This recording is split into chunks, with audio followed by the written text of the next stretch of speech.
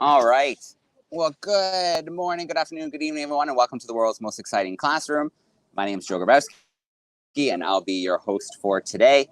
We are here with the Darwin 200. We are live in the Galapagos, and I am on the public docks in Puerto Ayora, which is the largest city in the Galapagos. It's about 25,000 people who call this place home. And we are going to spend some time exploring the dock today. So when you get to the Galapagos, you don't have to go very far before you are surrounded by wildlife. And here on the public docks is an amazing example. In fact, let me turn my camera around and let me show you the first wildlife we're going to spend. You can actually hear them already. There we go. So here we go. I'm sitting here on the dock with some Galapagos sea lions. There they are, looking good. And they're having a little rest here. The one is very unhappy with the other one right now. It's trying to move away. But let's talk a little bit about these sea lions. So these are a unique species. They're only found in the Galapagos. They're an endemic species. It means they're found nowhere else in the world. And they are the smallest species of sea lion, the Galapagos sea lions. And so they spend a lot of their day doing this. You can see we're right in the town here, and they are more than happy just to be here, sleeping in town, resting in the sun. They do spend time in the water. They're very good swimmers. They're very good divers. So they do spend a lot of time hunting for fish in the water, and they love to play. So we have watched them swim in the water. That one found a hat one day and was trying to put the hat on top of its head in the water. And then another time, one found a paint roller, and we were watching two of them play and wrestle over the paint roller. So they're very playful. They're very curious. We have Sarah backstage who's going to play some videos for us today. So a couple days ago, I was on a different island. So this island is Santa Cruz, and we're in the town of Puerto Ayora. And a couple days ago, I was on San Cristobal, and I went out for some snorkeling at a place called Kicker Rock and saw all kinds of amazing marine life. So Sarah, if you want to play the first video for me, the sea lion video, and it's going to come up on the screen, and you're going to see what it's like to swim in the ocean with the sea lions. So here we go. Sarah's loading it up. And so they are so playful. They love it when you blow bubbles. They blow bubbles at you. If you go down and do somersaults in the water, they get so excited. They want to come and play as well. And then they're sneaky. So sometimes they try to bite your fins. Sometimes when I was here visiting a few years ago, one of them managed to pull my fin off. So I had to get my fin back from the funny sea lions. So you can see they're very fast in the water. They're very good hunters. They can hold their breath for a long time. And they can dive pretty deep searching for fish and other things that they do like to eat. So we're seeing them here on the dock, and now you're seeing what it's like to be in the ocean with them and spend a little time swimming with them. When this video finishes, we're going to walk around a little bit more. We're going to look at the sea lions, and then we're going to start to look for some more marine life, some more animals here around the public docks in Puerto Ayora. So just bear with for one moment while we wrap up the video. And then if you're tuning in, use the side chat bar. Send us in some questions, and I'll answer some of the questions as we're walking around. So if you have any questions about the Galapagos, about the marine life, the land life mammals that we're going to see, don't hesitate to send those questions in. So I'm going to stand up now, and we're going to explore a little bit together. So we're not going to get too close to the wildlife because the rules in the Galapagos are you stay 2 meters away. So you give wildlife space. So we'll walk around these sea lions here. And I want to show you something special on one of them. We just have to get to the other side. There we go. So this one here, if you look carefully, has a little orange tag on its flipper. And that little orange tag is something a scientist would have put on so they can track the sea lion. They can see how it's growing. And then I think here is a pup, and it's still drinking a little bit of milk from its mother. So you can see the mother here, kind of the browner color. And then the pup is still feeding and having a little bit of milk from its mother. So there we go. So you might wonder, why are the sea lions not afraid? Why do they not care that I'm here? And that's because in the Galapagos, they evolved without predators. So sharks in the water, yes, but on land, there are no predators. So they don't view humans as predators. They don't view humans as dangerous. So they actually don't really care too much that I'm here. That's the way it is with all the life in the Galapagos. The birds, the mammals, a lot of the wildlife in the ocean, they just don't care that we're here. So we'll see some more sea lions a little bit later as we walk around. But I want to show you the next animals we're going to visit. This is another species that's endemic to the Galapagos. This is the marine iguana. So the marine iguana are the only lizards in the world that use the ocean. The only lizards in the world that swim in the ocean. So during the day, they warm up in the sun. They're cold-blooded, so they need the sun. And then they will head into the ocean, and they can dive down about 20 meters, and they eat algae. So green stuff, plants in the water. And then they get cold pretty quick. So eventually they do, here's another one. Eventually they have to come back up and warm up in the sun like this guy is doing. So you can see here, they're warming up in the sun. They've got that black color, which helps them stay nice and warm. Their tails are squished flat, so it helps them swim in the water. And then their nose has a special gland because they drink the salt water when they're in the ocean. They have to get the salt out of their body. So their nose has a special gland. They sneeze the salt out of their nose. So if you sit with a marine iguana for long enough, eventually it's going to sneeze salty snot rockets on you because it has to get that salt out of its body. So they're endemic. You only find them in the Galapagos.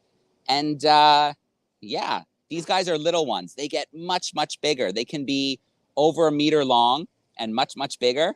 But these ones are young. They're very little.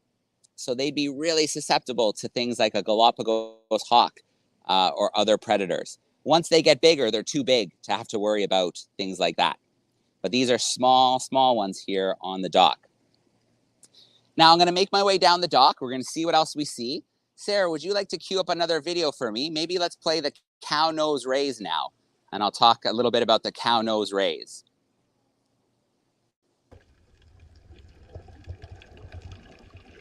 All right. So we went snorkeling in a little lagoon here. And in this little lagoon, a nice shallow bit of water, we found a school here of these cow nose rays. So they have kind of a pointed snout. They're very different than a stingray, who like to stick to the bottom. These guys like to swim kind of in the open ocean in large groups. Sometimes you see them around docks at night because they're attracted to the light and the small fishes and food that they would find there. Full group of those cow nose rays here in the lagoon. Very, very cool.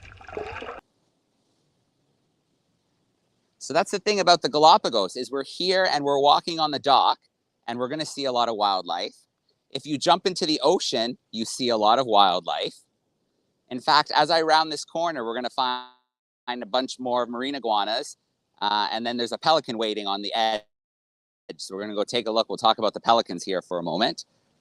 You can see a little bit of mangrove here on the side. Eventually, we're going to walk all the way out to this part of the public dock. This is where a lot of the tourists come and they get on different boats out here and they explore different parts of the Galapagos. So we're going to go a little further in here, and I see a few more animals here waiting for us. So we're going to take a minute here. We're going to visit some of those animals. As I told you, we are on Santa Cruz in the Galapagos. It is the most populated part of the Galapagos. You can see it's also very, very, very busy here. Lots of action going on. Here are some more of our marine iguanas. I'm going to sit here on the bench for a minute. Again, this is a bunch of really little, really young marine iguanas. They get way, way bigger than this. These are some young ones. The interesting thing about marine iguanas and other reptiles is when the Galapagos formed, they were barren rock. They were volcanic islands. Over time, seeds drifted here and plants grew. They could blow in the air. Birds could fly here, bats. But how did reptiles like these iguanas get here? Well, there would have been big storms off the coast of Peru, off the coast of Ecuador, and it would have washed tortoises and iguanas and lizards into the ocean. They would have been able to crawl onto parts of trees, of tree trunks, branches, leaves that form little floating islands after the storm. And then they can last a long time without water, without food, and they would have drifted here to the Galapagos. And so these, over hundreds of thousands of years, these iguanas, these marine iguanas, would have evolved into the form they are now through natural selection. And nowhere else in the world will you find them, and they're the only lizard that uses the ocean. All right, let's see who else is here. Here we go. We've got a pelican here. So these pelicans are keeping a close eye on the fishermen here. They are looking for any scraps that might come out from the fishing boats.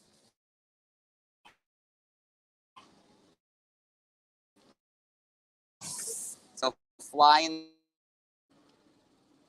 and then they will dive bomb into the water on whatever fish they see. They've got a big pouch where they can catch the fish, hold the fish, and then swallow that fish.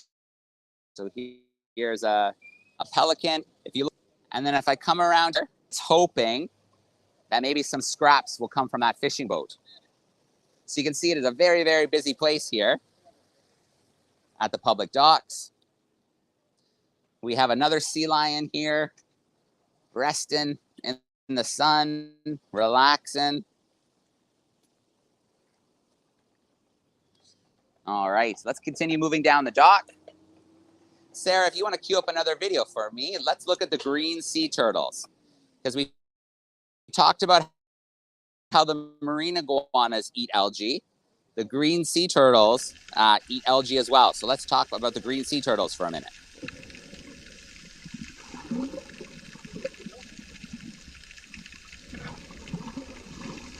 So I think that should be playing on your end. It's a bit slower on my end. There we go. So green sea turtles, there are 7 types of sea turtles. And the green sea turtles are the only ones you find in the Galapagos. So, 2 days ago in the water, we saw a lot of them swimming around. We got to watch them eating algae off of the rocks. And they get their name not because of their color, but because they eat so much green food, it turns their fat green.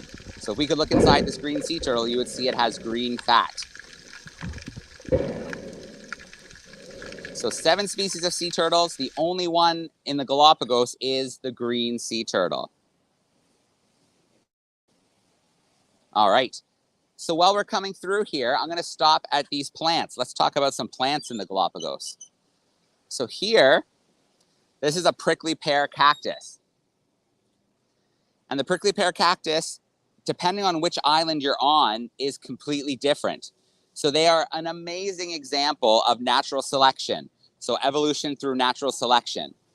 If you're visiting an island that has no tortoises and no land iguanas, these will be very small. They'll be like little bushes on the ground.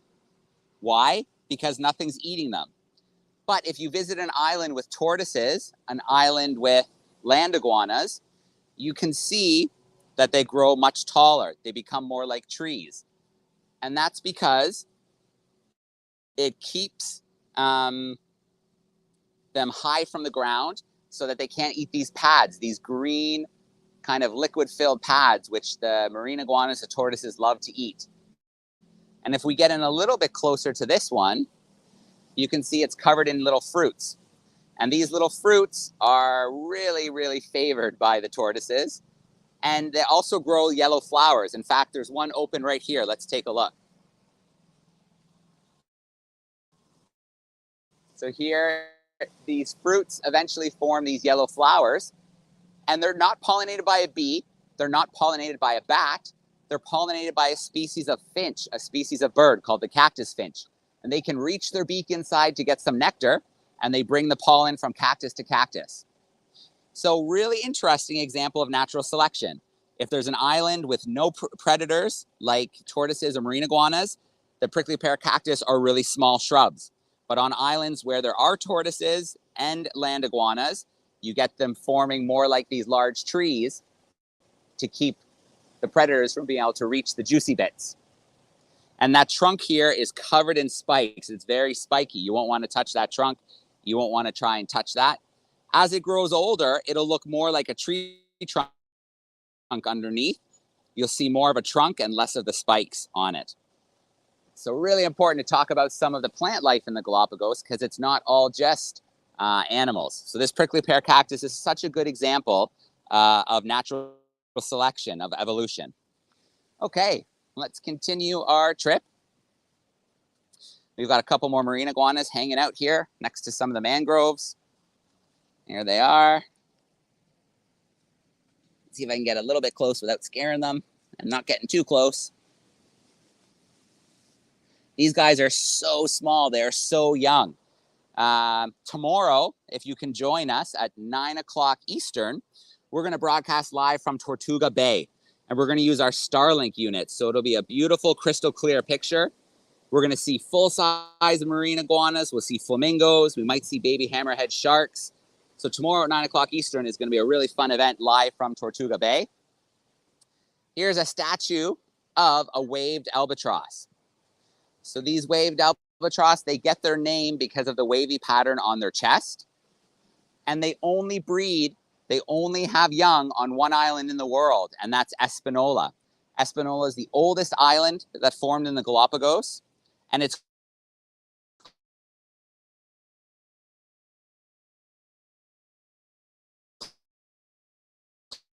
closed right now. So tourists can't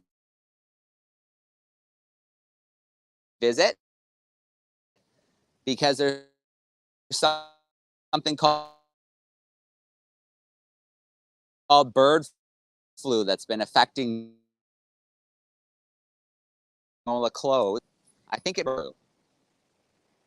So we can't visit Espanola, the oldest island in the Galapagos. So Sarah, let's queue up another video. There should be one about white-tip reef sharks. Let's take a look at the white-tip reef sharks while I look for some more wildlife.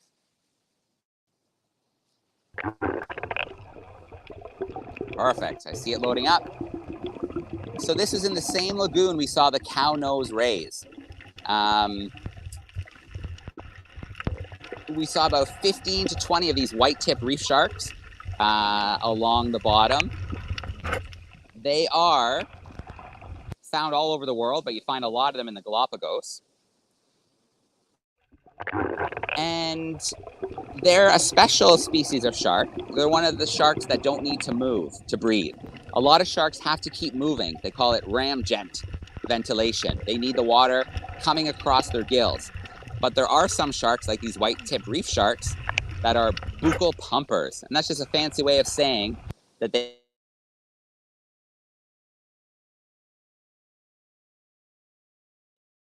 So some sharks need to move and keep water on their gills.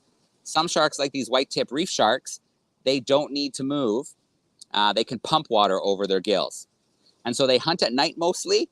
And so we found that group of about 20 of them sitting on the bottom of the lagoon.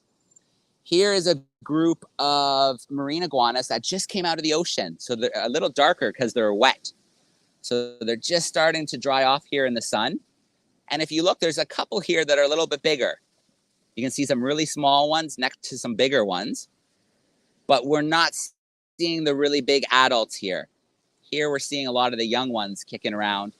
We're not seeing a lot of the young ones around today.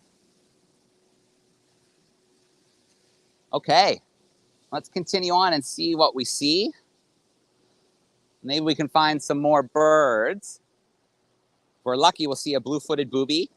Maybe we'll see a frigate bird, which are flying around here. This is an Annie, this bird here. It's got kind of a funny big bill here. A smooth-billed Annie, there it goes. And then Sarah, maybe while I switch to another dock, let's play the video of the hammerheads.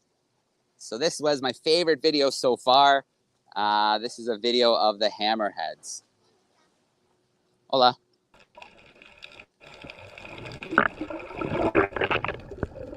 So at Kicker Rock, we found a beautiful group of about a dozen hammerheads. You can see that they didn't really care that we were there, but we were able to get some really nice video swimming with this group of hammerhead sharks. They are probably one of the most common sharks in the Galapagos. They can be found in groups of hundreds of them, especially places really far to the north. There's Darwin and Wolf Islands to the north, where scuba divers go, and they usually spend a week living on a ship so that they can dive all week long with the hammerheads. So beautiful hammerhead sharks. I see a question here in the chat. This is a question from Miss Lee's class, and they're wondering if the animals are stressed out when they're tagged. And I think the best answer for that is probably while the tagging is happening. So I'm sure it's probably confusing for a human to come and put the tag on, but after that, the tags are so small, they're so light that I don't think that they notice them anymore. Eventually, they might grow larger and the tags fall out. So I don't think they last forever. The tag that we saw over there is a number tag. So there'd be a number on it, maybe 310. And then that would identify that sea lion. And whenever scientists found that sea lion, they could see how it's grown. They could see how it's doing. Sometimes they put satellite tags on the turtles, on the sea lions, and then they can track how they move through the ocean. They put them on the hammerhead sharks as well. So satellite tags, anytime that animal pops to the surface, it sends a signal to a satellite. That sends a signal to the computer. And then the scientist can track the movement of the marine life, which is pretty cool. Try to learn where they eat, where they spend most of their time, where they migrate. Because if we can learn that, that's going to help us better protect wildlife and make sanctuaries and marine protected areas so that we can protect that wildlife. So we're going to make our way down the dock a little bit more. If you see in front of me, my path is going to be blocked in a moment by another sea lion who's having a sleep on the dock.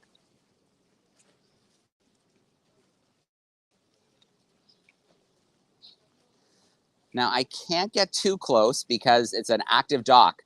People are working here. But if you look on the end of this dock, there's a little heron. This is called a lava heron. So they're black, so they blend into the lava rock. And then they would hunt things on the rock, maybe small lizards, young crabs. They would hunt those on the rock. So that's a lava heron there. All right. Here is a sea lion with another tag on its fin. Let's see if we can read the tag on this sea lion's fin while we walk by. So this one here is X543. It's got one on each fin. And so this will be logged somewhere in a notebook of a scientist, maybe on a computer, and then they can check up on this sea lion and see how it's doing over time. So this one, his tag is X543. It's got one in each flipper. So don't be shy. We're going to be together for maybe another 10 minutes. If there are any questions out there about the Galapagos, about the marine life that we're seeing, don't be shy to send those questions in. We have another sea lion here on the dock. And then one more here. Tucked under there. There we go. And we'll go to the other side so we can see the face. There we go. Look at those eyes. Big, beautiful brown eyes. Hey, buddy.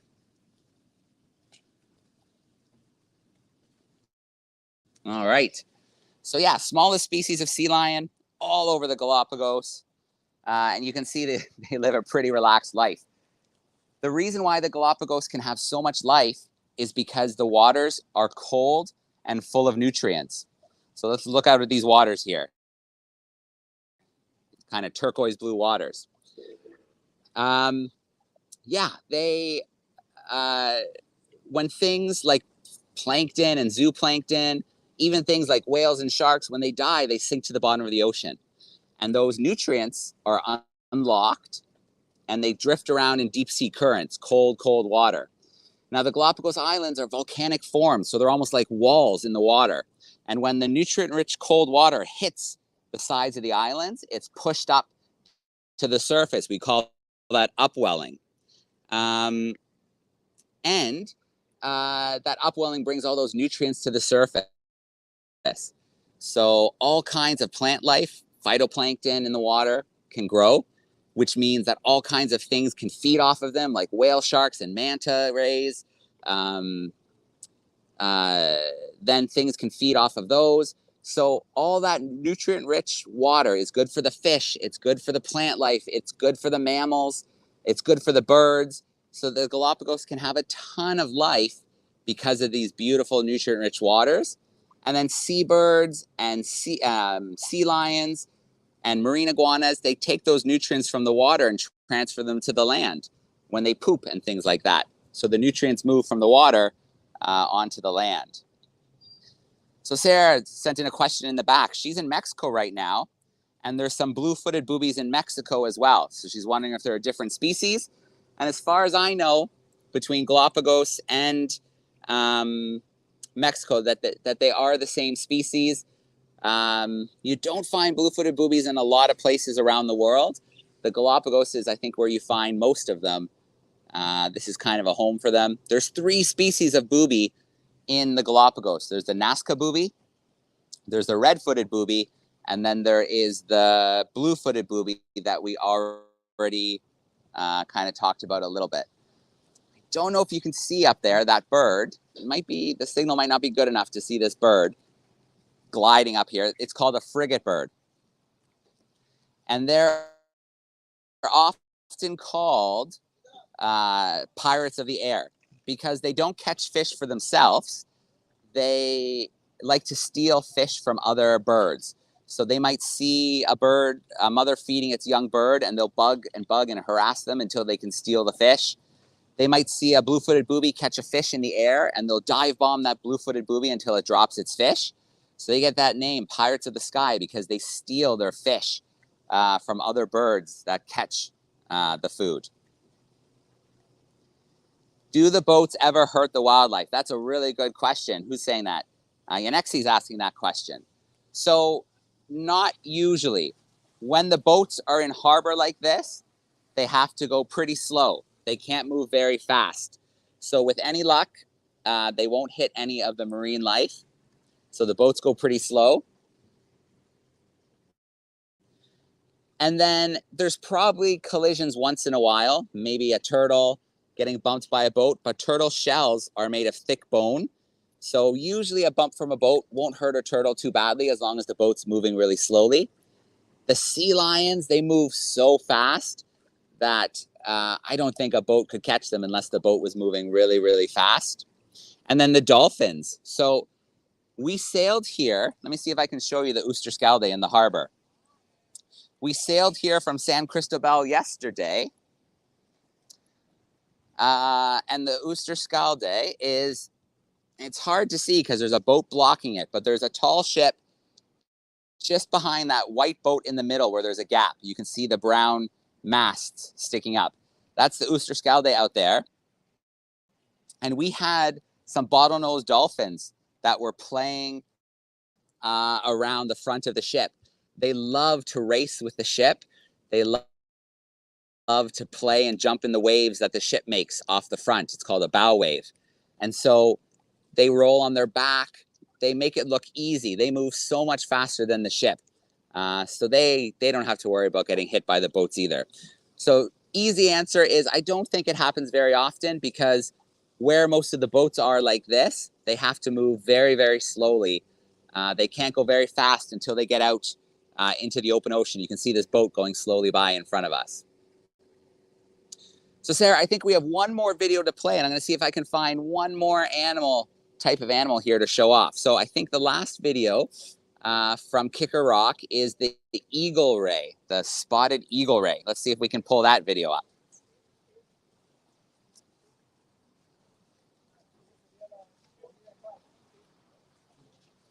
All right, I see it loading up for us.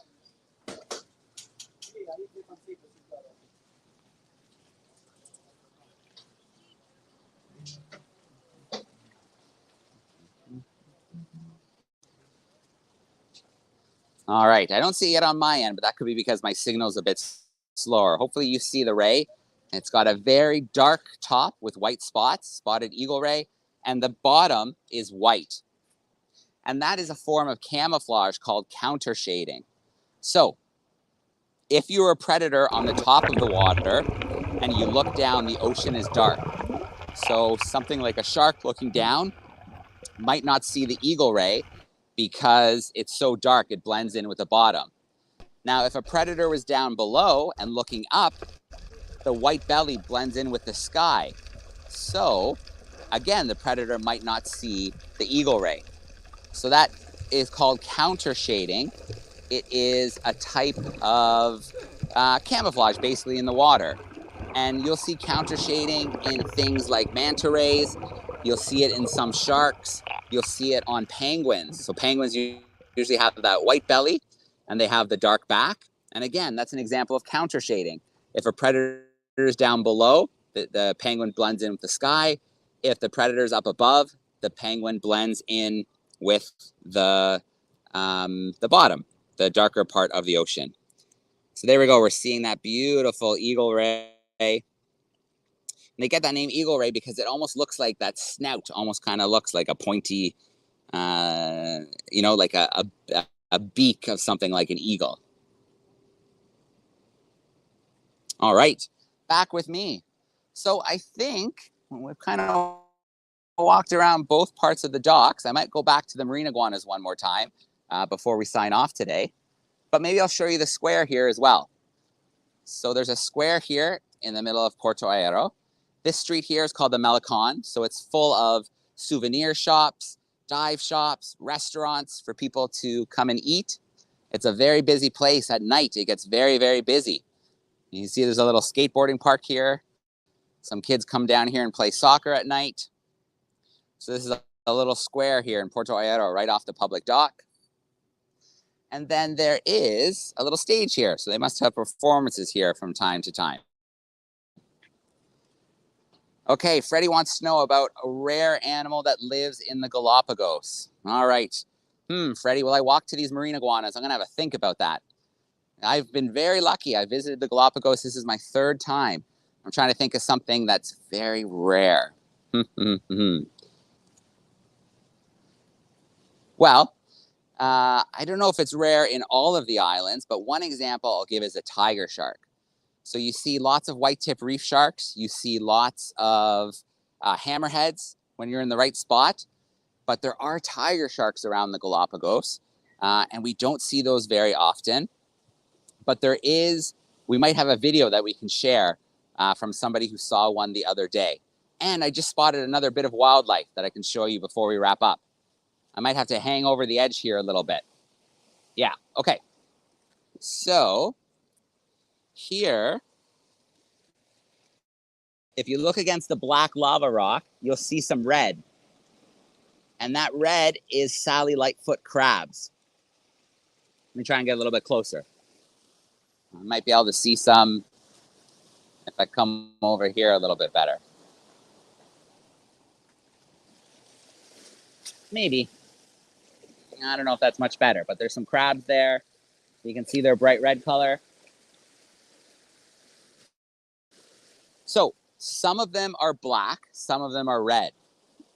If they're black, that means that they're young. So they're small and their shells aren't very hard. So they need to blend in with the rock to avoid predators. If they are red, that means they're older and their shells are much harder.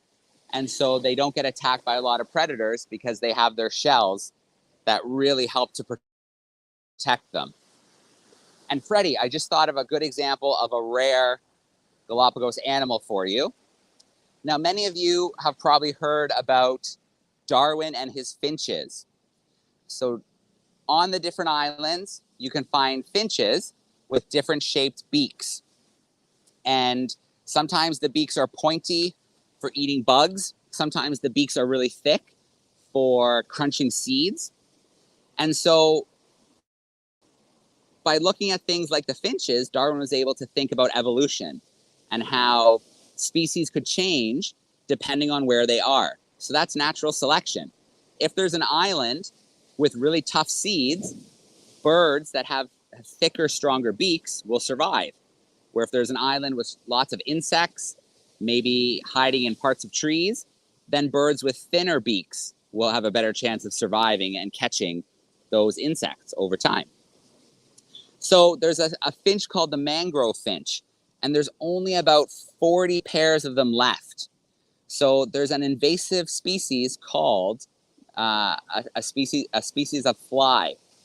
And they go into the nests of these birds, of the swamp finches, and they kind of rasp and pick at the chicks, and the chicks usually end up dying. So that's a really good example of a rare species. There's only about 40 pairs left. And then the research station here, the Charles Darwin Research Station, is doing a really important conservation project that has two parts. One part is they collect eggs of the swamp finches, the mangrove finches, and they breed them in captivity. So they raise them and release them later. They also are looking for a way to get rid of those invasive flies, which is really hard to do because you don't want to hurt the insects that belong in the Galapagos, but you do want to get rid of the species of fly that doesn't belong, that's having an impact on the wildlife, like those finches. So that's a good example. The mangrove finch is a really good example of a rare species in the Galapagos. And it's partly due to human activity. So we brought those flies with us, and now they're impacting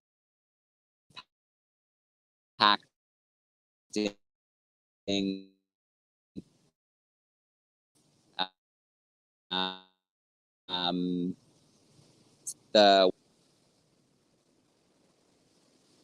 All right, I want to give everyone a shout out for joining us today. Hopefully you'll be able to tune into more events this week. At 9 o'clock Eastern tomorrow, 7 o'clock Galapagos time, we will be on Tortuga Bay. Hopefully we'll see baby hammerheads. Hopefully we'll see giant marine iguanas, maybe some blue-footed boobies. Who knows? If you want to find the rest of the events, visit World's Most Exciting Classroom.com, and you can find lots of events there. World's Most Exciting Classroom.com. For now, though, I'm going to sign out. Thank you so much for joining us. And we hope to see you in some more events live from the Galapagos. So thanks, everyone.